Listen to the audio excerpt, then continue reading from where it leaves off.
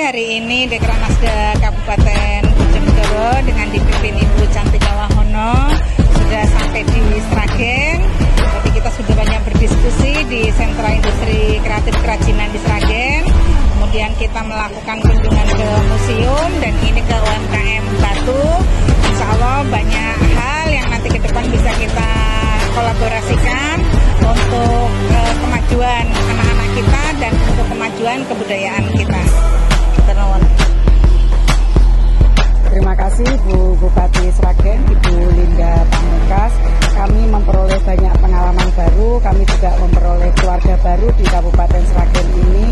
Mudah-mudahan niat baik kami ke Kabupaten Sragen ini memperoleh keberkahan dan kelancaran. Bojonegoro Medayong ke Sragen. Terima kasih.